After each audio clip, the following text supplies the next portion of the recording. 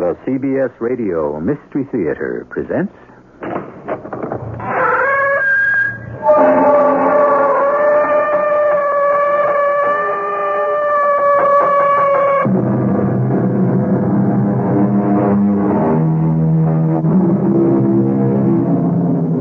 Come in. Welcome. I'm E.G. Marshall. The mandrake is a plant with a darkly colorful history. In ancient times, it was used as a narcotic for healing bones and as an anesthetic. It was also considered to form the basis for an excellent love potion. But there was just one problem. When torn from the ground, so folklore has it, it would emit such a piercing scream that any living mortal hearing it went mad or died. What was that? Inspector, we must go to the manor at once. I'm afraid we may be too late. You think someone else has been lured to his death? Yes. That's just an old wives' tale, Inspector. I say those people are being murdered.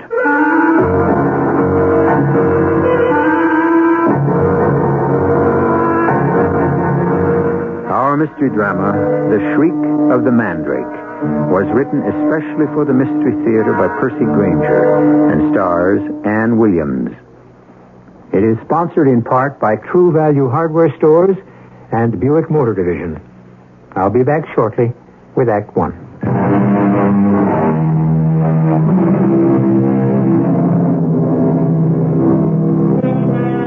There is no remedy for love but to love more, said Thoreau. It's a pretty sentiment, but hardly helpful to the person who finds himself or herself ensnared in a destructive affair in which the only possible happiness can be escape. But how does one escape from the headstrong and irrational demands of the heart? New relationships? Travel? Work? Our story is about a prominent young woman who would seem to have all these distractions going for her. Good evening. I'm Virginia Stewart. Yes, I recognize you from your films. Come right in. Oh, thank you. You must be Mr. Coombs. Oh, what a lovely, quaint little inn this is. You know, this is my first tripting. Your room is upstairs. That's all the baggage you have? Yes. Well, I never thought a film star would travel so light. All right, follow me.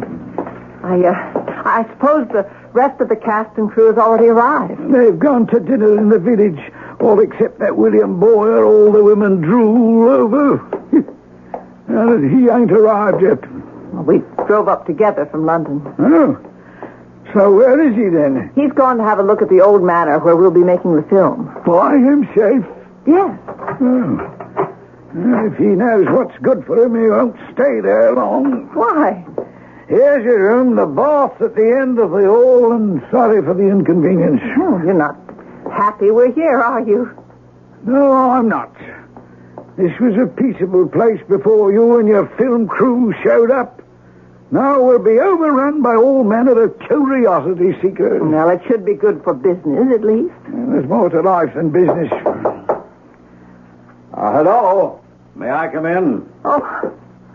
I'm sorry, I didn't mean to startle you. I'm Denton Norris.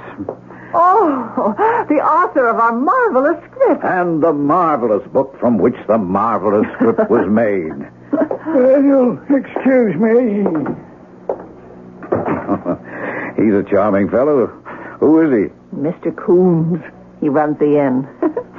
Aren't you staying here? No, I guard my solitude. I've taken a room in the village.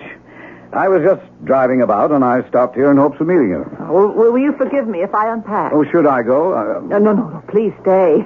I'd rather not be left alone. This English countryside can be pretty gloomy. I promise to set my next script on the French Riviera. Mr. Norris, is there something the matter with the house where we're filming? Wicklow Manor? Mm-hmm. Oh, yes. Thanks to our director, Jake Weller's grim sense of humor, we are shooting in a house that apparently is possessed. You mean haunted? It seems the original resident, a Thomas Foxgrove, was jilted by his mistress some 4 centuries ago. In revenge, he tricked the lady into plucking a mandrake root to make a love potion for her new beau. The mandrake shrieked, as mandrakes are reported to do, and the poor lady went dutifully mad. Thomas Foxgrove, in remorse, threw himself to his death from the tower which is attached to the house. Oh, dear. Anyway, ever since then it's been claimed that Thomas's ghost haunts the place, enticing poor souls to their deaths in the same grisly manner. People have actually died? Oh, yes, about 6 all told, I believe. And always, so the legend goes, the mandrake's shriek is heard to echo across the moors. If you ask me, I'd say the stories have been exploited by persons looking for a convenient way to do in their enemies. You were seeing a lot of William Boyer in London, weren't you? What?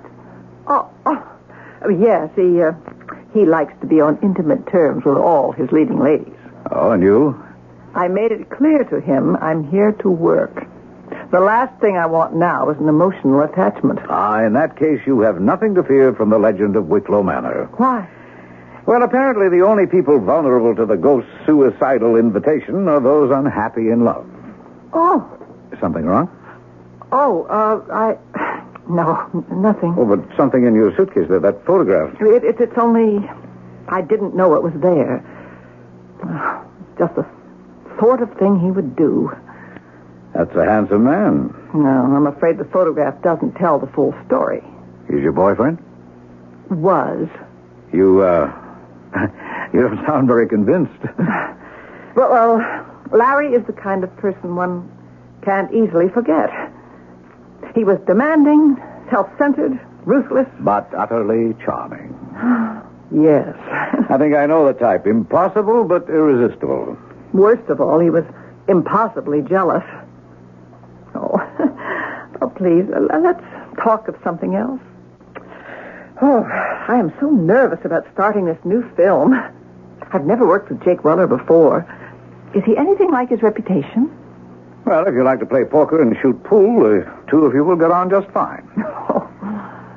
Oh, Mr. Norris, I think you've written a beautiful script. It's rare, even in this day and age, to find a story in which the heroine controls her own destiny. Well, thanks. I try to keep up. Well, I'm the one who owes you thanks. It was your script that finally gave me the courage to confront Larry. I guess I'd known all along it could never work out between us. His kind is incapable of forming genuine attachments. But he's so passionate and persuasive. Miss Stewart, are you in there? Who's that? Sounds like Jake Weller, our director. I'll get it. Hello, Jake. Denton, what are you doing here? Oh, I came by to introduce myself to Miss Stewart. Inspector, come on up. I've got 2 of them. Inspector? Jake, what's wrong? It looks like we're going to have a delay in our shooting schedule. Oh, in here, Inspector. This is Denton Norris. He wrote the script, and that's Virginia Stewart. She's an actress. This is Inspector Havisham. He's the local constabulary. Well, is something wrong? William Boyer is dead. What? What happened? It appears to have been a suicide, Miss Stewart. Suicide? William Boyer? He was found at the base of Wicklow Tower. He fell? So it seems. Miss Stewart, Mr. Weller says that you and Mr. Boyer drove up together from London. Yes. You were probably the last person to see him alive. What sort of spirits was he in? Oh, he was very excited about starting work tomorrow. What about his personal life? His personal life? Well, anything that might possibly have been a source of frustration? No. I'll tell you exactly what happened, Inspector. He was murdered. An athletic guy like Boyer wouldn't slip. And he was too healthy-minded to take his own life. Murder is, of course, a possibility. Mr. Norris, did you know the deceased? Well, Boyer starred in my last script, but I don't kill people for failing to understand my characters, Inspector. Can you account for your whereabouts in the past 2 hours, Mr. Norris? Well, I've been with Miss Stewart for perhaps 15 minutes. And before that? I was driving about the countryside. Alone? Yes. Did you stop anywhere? Is there anyone who might be able to verify your movements? Why, no, Inspector. There isn't. Mr. Weller, is there anyone else connected with your company? No, the rest of the cast and crew were all with me at dinner in the village. Inspector, who found William's body? Mr. Perkins. He's a retired ornithologist. He was in the woods near the manor, making tape recordings of the birds there when he heard a piercing shriek from the direction of Wicklow Manor. Went to investigate and found the body. Well, did Mr. Perkins get a recording of this shriek? He did. He gave it to me here in his tape machine. Could we hear it? Certainly.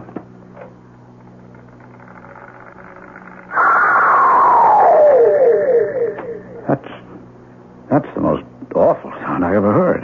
There is, of course, another possible explanation for Mr. Boyer's death. Well, now, you don't take that legend seriously, do you, Inspector? No, I don't, Mr. Norris. Mr. Weller, if you'd be so kind as to furnish me with a tape of Mr. Boyer's voice, I'll run a voice scan of his voice to compare it to the scream. If the scream came from the deceased's throat, I'll presume suicide. If not, I presume murder. Yeah. Good evening. Oh, it's terrible. Now what are we going to do, Jake?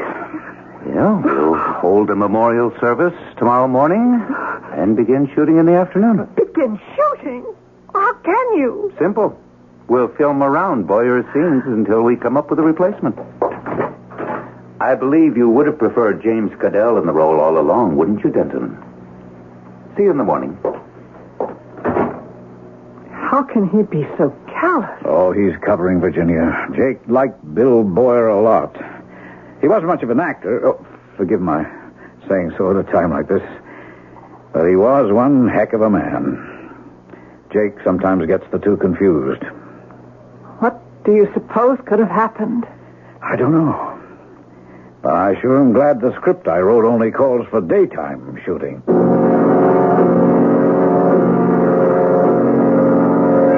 Cut! Oh, finally, we got a take we can print. It's a wrap. I'm sorry, Mr. Weller. I found it very hard to concentrate today. It's okay. I understand. Go back to the inn and get a good night's sleep. Well, there's our wandering screenwriter. I wonder what local phenomena he's been observing today. Jake? Virginia? I've just been to the police station. They ran a test on that tape. It wasn't Boyer's voice. So I was right. He was murdered. Unless you want to believe that legend. Virginia, could I speak to you for a moment? I'll see you two later. Virginia, there's something I think you ought to know. What is it? It was publicized that you were seeing a lot of Boyer last week in London, wasn't it? Of course. There are always photographers around. Why? Well, I was having lunch today in one of the pubs in the village. I noticed a man talking to the bartender, and I knew at once that I'd seen his face before. Where? In that photograph you found in your suitcase.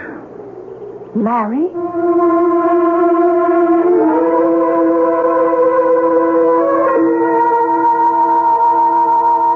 If Virginia Stewart had come to England hoping to close the book on the previous chapter of her life, it would appear she has not been successful. One of the main characters, it seems, has no intentions of retiring quietly from the scene. Yet Virginia is determined to have him out of her life once and for all. At least, that's what she says. I shall return shortly with Act 2.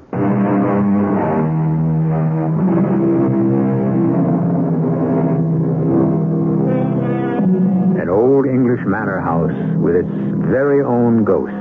A ghost reputed to have the ultimate persuasive power, that of enticing certain suggestible persons to their deaths.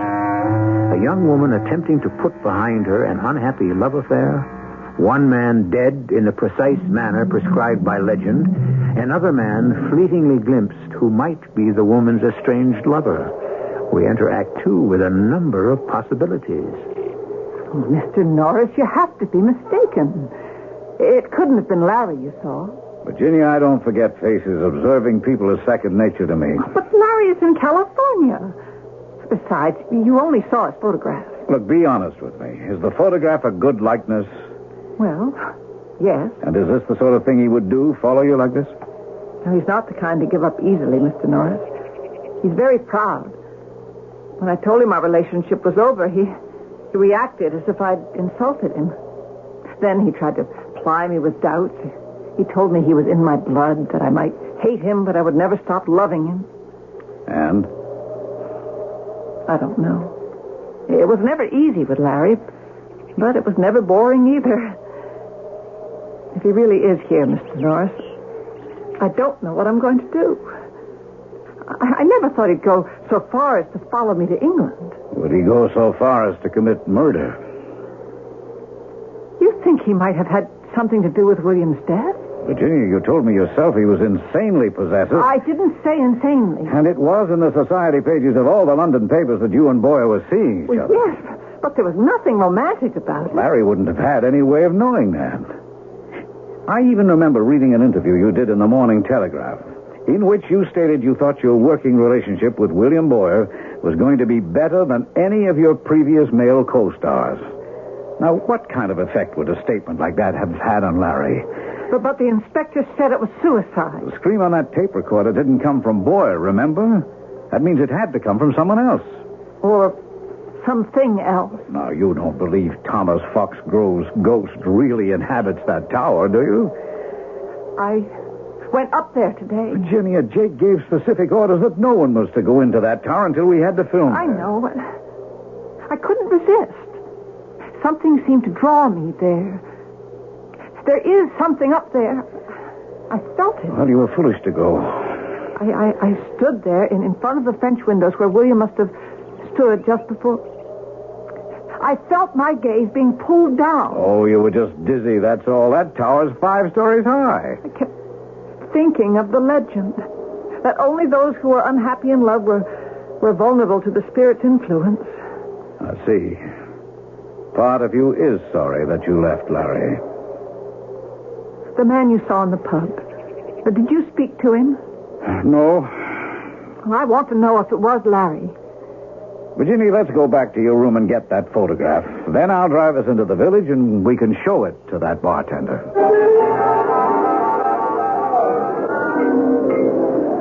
Evening. Oh, good evening. I wonder if we could have a word with you. Oh, you'll have to make it a quick one, Gov. You can see my trade is heavy tonight. Well, I had lunch here this afternoon, and I noticed you talking to a gentleman. He was about my height, but very swarthy. Oh, I talked to a lot of people. We have his photograph here. You recognize him? He was wearing a tweed blazer with a dark turtleneck. Yes, the well-dressed chap. Had on a fancy cologne, too. It was the same man as in the picture? Yeah, I'd say so. Not likely to forget those eyes. And do you remember what you were talking about? Well, he just dropped round to thank me. He'd been asking me about places of interest here in the Shire. Oh, this wasn't the first time you'd seen him then. Oh, no. He'd been in a couple of days ago, making all manner of inquiry. But he's not from these parts. No, I'd say he was an American. Are you certain of that? Oh, yes, ma'am. Mr. Peaser. Yes, Mr. Peaser. What kind of inquiries was he making? Well, mostly about various buildings of interest in the area. The 8th century abbey down the road, the Blanchard House. And Wicklow Manor? Oh, yes. Oh, he seemed particularly interested in that one, especially the legend. He quizzed me real close as to the particulars of that bit of superstition. Sure. I say, ain't it awful what happened to that actor? But did he mention his name? A gentleman? No. Did he happen to mention where he was staying? No, I'm afraid not. Should I tell him you were looking for him if he comes in again? Oh, no. That's all right. Thanks, Mr. Peaser. You've been very helpful. Yeah, you'd be surprised how often this happens. What's that? Folks traveling abroad and seeing someone they know from back home. And you know, the funny thing is, most of the time you can tell that they'd rather not have run into each other at all.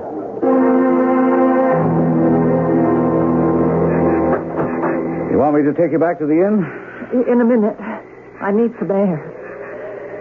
Oh, cold. Virginia, what do you think? But did you tell Inspector Havisham about this? No. I thought I should tell you first. What do we do now? Well, I think you know the answer to that as well as I do. Turn this photograph over to Inspector Havisham and tell him everything. And just what is everything? If what you've told me about Larry is true, he has not only the motive, but the temperament to have killed William Boyle. Well, that's a lie. No, Larry would never do such a thing. But, Virginia, I know But it. how can you possibly think you know him on the basis of a few words I spoke in anger? It seemed to me you were anything but angry, that you weighed your words pretty carefully. Oh, it's my fault we broke up. I should have been willing to give it another chance. Larry knows that. He knows I'll be back. So why should he want to kill anyone, even if he were capable of it? Nevertheless, if he's here, we have an obligation to inform the police. Yes. Well, now that's the key word, isn't it, Mr. Norris? If. You showed the photograph to Mr. Peaser yourself. You saw his reaction. Yes, I did. Didn't I? That was very nicely executed. What? Well, how do I know you didn't just plan this all out in advance? Now, why would I want to do a thing like that? Well, all my life, everyone has always thought they knew what was best for me. Every man I dated wanted to improve my mind. You know why I love Larry? Because at least he accepted me for who I am. Sometimes that's not enough. Even my closest friends never understood. I was always having to justify and apologize. Well, I am tired of doing that. And I won't listen to you, a perfect stranger, stand there and presume to tell me my own mind. I want to go back to the inn.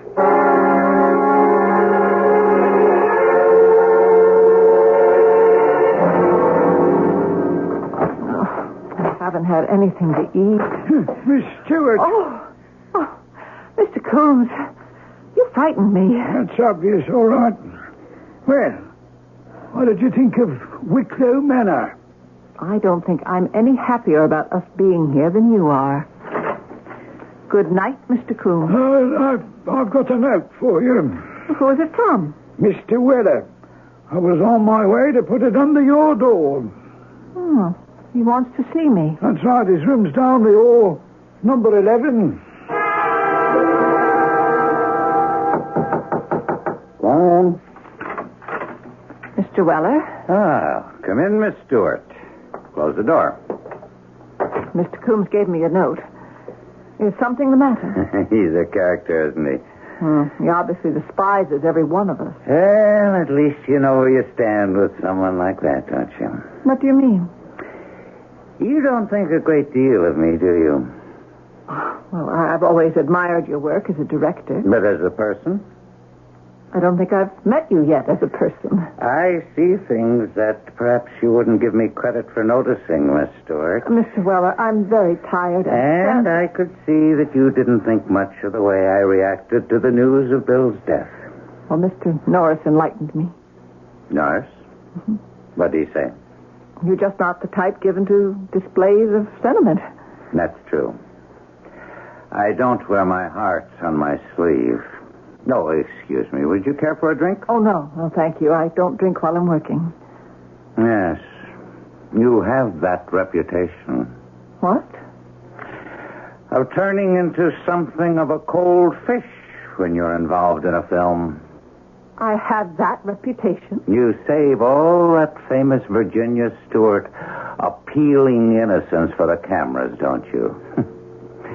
You're pretty cold-blooded, Miss Stewart. In fact, I'd say we're two fish from the same pond.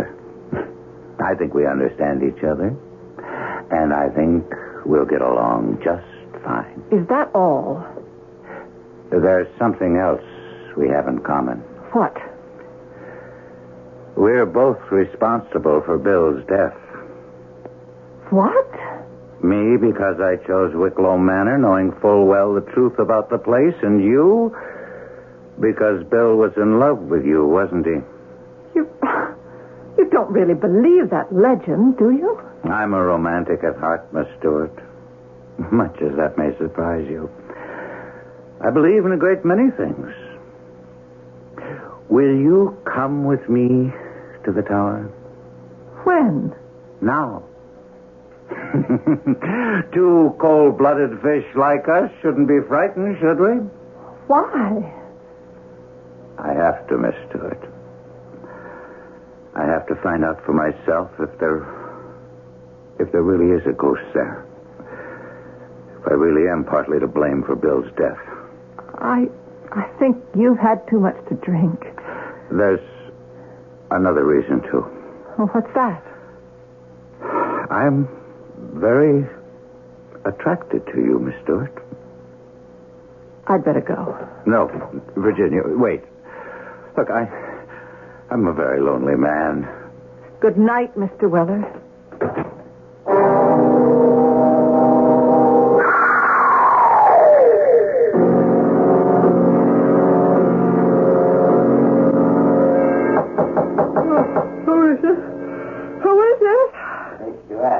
It's Inspector Havisham. Just a moment. It's almost midnight, Inspector. What do you want? You didn't hear anything? Well, I'm a very sound sleeper. Hear what? The Mandrake Shriek. What? Mr. Jake Weller is dead. He was found at the base of Wicklow Tower. No. I'm afraid I have to ask you to come down to police headquarters. Me?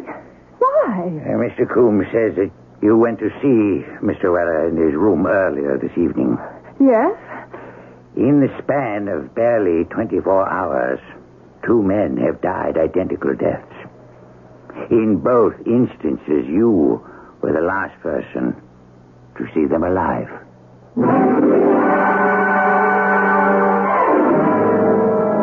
Someone once said that we are fascinated by the mystery of a detective story because we are all full of crime, only we don't dare. Could it be that we're fascinated by the ghost story for a similar reason? That no matter what the scientific bent of our minds, in our inmost souls, we're all as full of superstition as our primitive ancestors. Of course, at this point, we still don't know which kind of story we're dealing with, detective or ghost. We shall find out when I return shortly with our final act.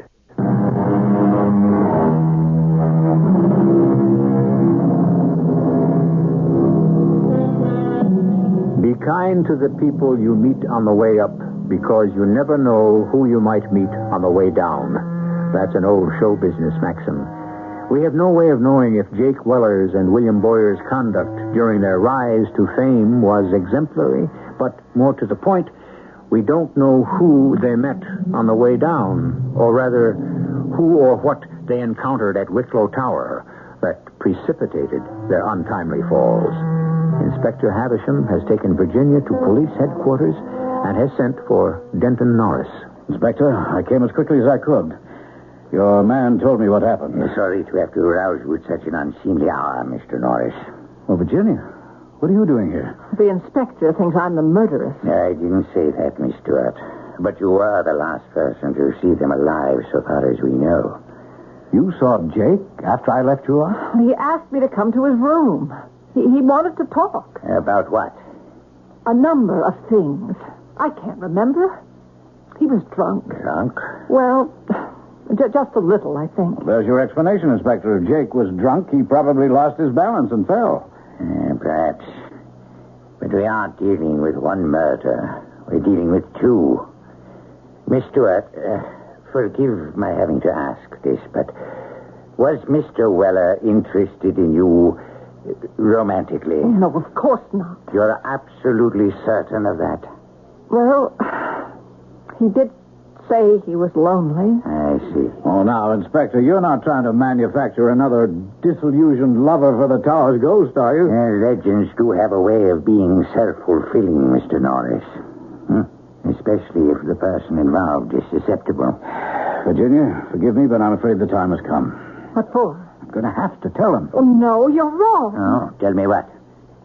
I think we may know the man you're looking for. You don't know the man you saw with Larry? Larry? Well, he's an acquaintance of Miss Stewart's. I saw a man very much resembling him at the Quail and Raven pub at noon today. And can you describe him to me? Virginia, is that photograph still in your purse? Oh, yes. Here it is, Inspector. What motive could this person have for murdering the two men? Jealousy? Miss Stewart, is that true? Larry? I don't know. I don't know what to think anymore. Well, I'll have my men familiarize themselves with this snapshot. If he's anywhere in the area, he'll be picked up soon enough. I suppose that's all for now, though I would like both of you to keep yourselves available for further questioning. Virginia, I'll drive you back to the inn if you like. Thank you. Oh, Inspector? Yes, Miss Stewart? When you're finished with that photograph, could I have it back?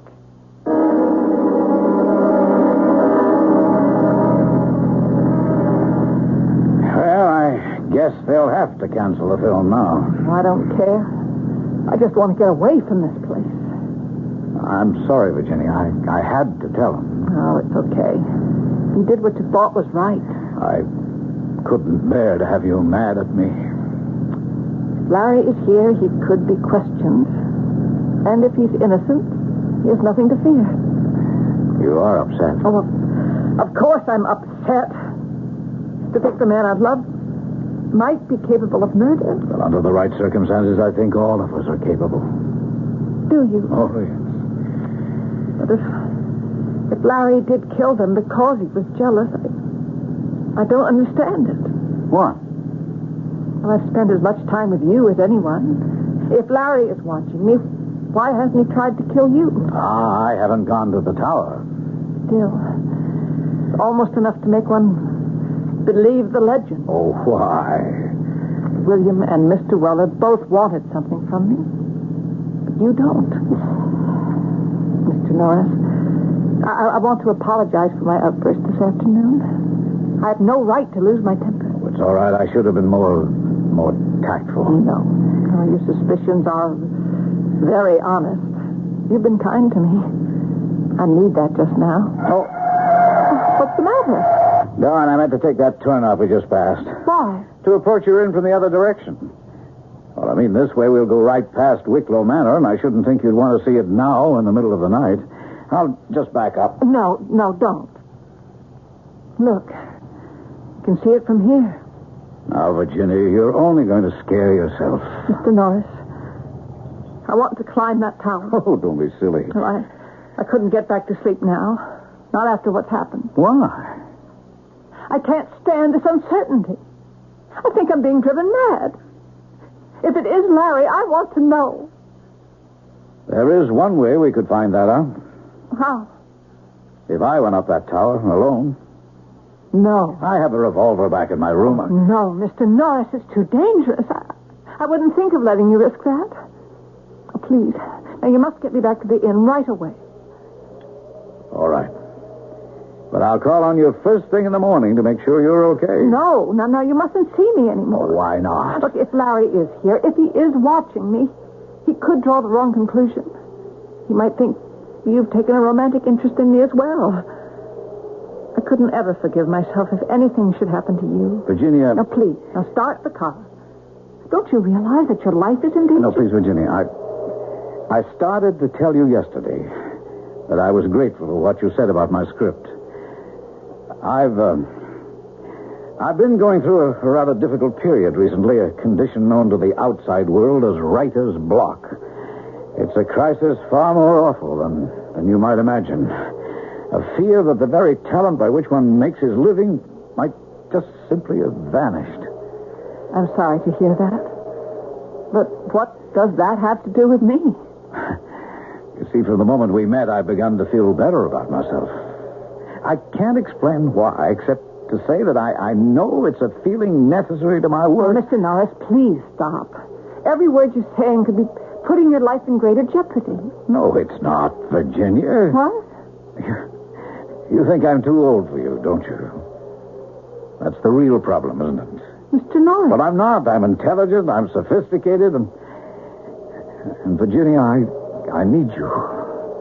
Mr. Norris, please start the car.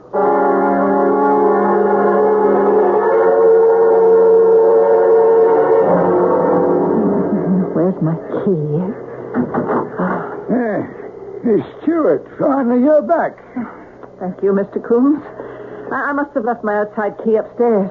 I suppose you people will have to stop making that film now, won't you? Now that you lost your leading man and your director. Well, that should make you very happy, shouldn't it? Does indeed, Jim. I'm sorry if I woke you up. Oh, that's all right. I've been waiting for you. You have? You had a caller. A caller? At this hour? That's right. He came by to see you shortly after you left with the inspector. It was a man. Oh, yes. What was his name? Well, he wouldn't say, but he left a message. He said he wanted to speak to you, and that he would be waiting in the room at the top of Wicklow Tower.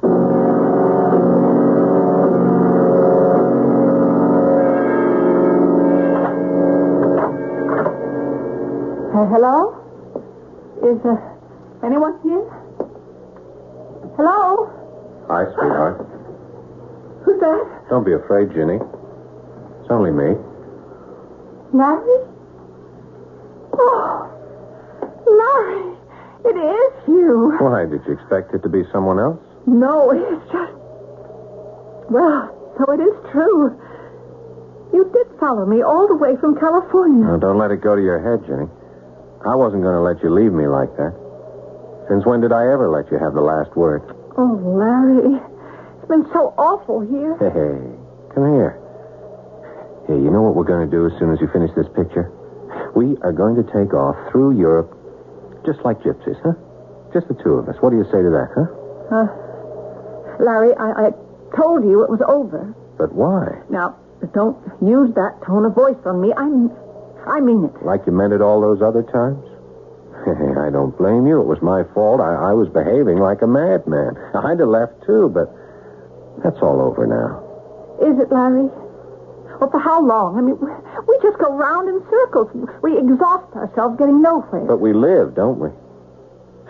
I'll tell you what you want, sweetheart, and I'll tell you why you want it.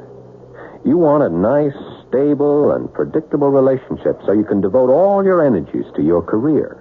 What do you mean? Because deep down, you don't like people. They frighten you. You prefer to deal with them as professionals, not as human beings. I don't think that's true. Of course it's true. You know it is. And that's what attracts you to me and repels you. Because I won't let you get away with that. I make you look me in the eye. Larry, why did you have to come here? Just tell me how much longer you'll be here so I can make our plans. The film will probably be canceled. What? Or at least delayed. Why? 2 people have been killed. Killed? What happened? They fell to their deaths from this room, from those French windows over there. Oh, no wonder you're so scared. Larry, why did you ask me to meet you here? This place is supposed to be haunted, huh? You know about that? Sure, I've been here for 3 days. I got the whole story from a bartender in town. Oh, but why? It was a test. 2 weeks ago, you swore you never wanted to see me again, yet now you're willing to come to me in a supposedly haunted tower at midnight. Larry, do you know anything about those murders? Of course not. No, I want the truth. Angel, why should I kill anyone? If I did, I'd have to go to jail, and then we really would be separated. We're separated now, Larry. Say that again. What? Say that again. If you really mean that, repeat it. Don't look at me like that. Come on, Jenny. Let's go down, huh? Let's get out of here. You'll feel better once we're out of this room. I mean, if your film has been canceled, we can leave for Europe in the morning. No, we can't. Why not? Well, the police don't want me to leave yet, and they want to speak to you, too. To me? What for? Well, Mr. Norris, the screenwriter, saw you in a pub this afternoon. The police know I'm here? I gave them the photo you put in my suitcase. But it'll just be a routine. That was foolish. I mean, don't you see what this means? They'll ask me to account for my movements, and how can I do that? Well, of course, they'll think I killed Boyer and Weller. How did you know who was killed? I didn't mention their name. Look, don't start playing detective with me, sweetheart. We're getting out of here tonight. You did kill them, didn't you? Come on, let's go. No. Ginny. No, don't come any closer. You know that if I can't have you, then no one will. I can't spend the rest of my life doing away with every man you give the green light to. What's that in your hand? Just a tape recorder. I'm afraid we're going to have to wake up the good inspector one more time. No! right, Larry. Hold it right there. What?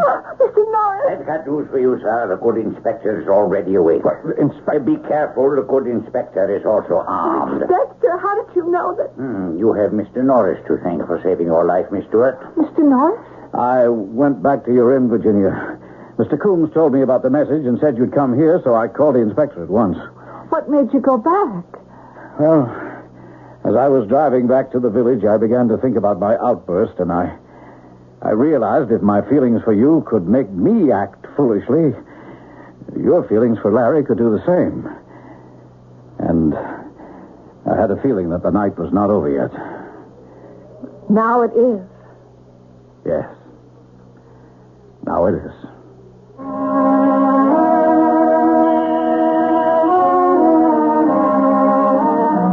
Denton Norris was a writer, and writers, like actors, rely on their powers of empathy to put them in touch with their fellow man, the better to create the characters they write about or portray.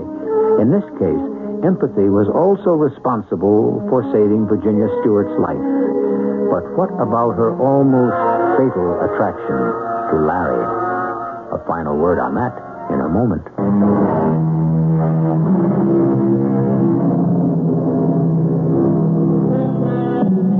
What is it that sometimes attracts us to the sinister in people? Excitement? Danger? I'm not sure. But even so great a poet as John Milton, it is said, was irresistibly drawn to the character of Lucifer when he wrote Paradise Lost. Was Freud right then, that there is a bit of the outlaw in each of us? If so, it behooves us never to forget the ancient warning, know thyself. Our cast included Ann Williams, Ian Martin, Paul Hecht, and Ray Owens. The entire production was under the direction of Hyman Brown. And now, a preview of our next tale. Where did they break in? They didn't get into the store, best as we can tell. Just slung a brick through the window and cleaned out whatever was in there. Which window? The one on Walnut Street. Oh, no. I'll tell my husband, Sergeant. He'll get there as fast as he can. You tell me where, Sherry? Oh, Gustave. Someone has stolen the Picassos. What Picassos? We have no... What, the prince?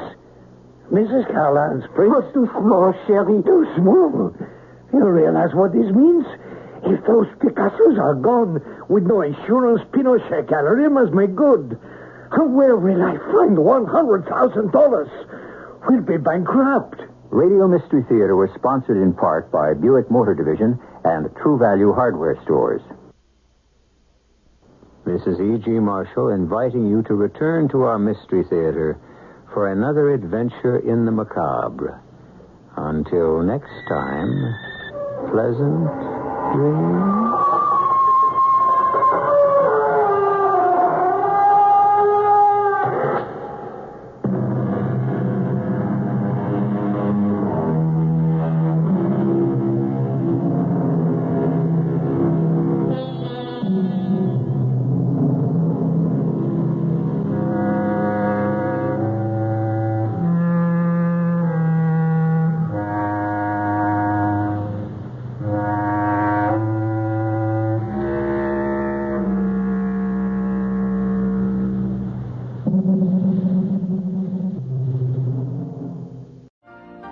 You've been listening to the OTR Gold Network.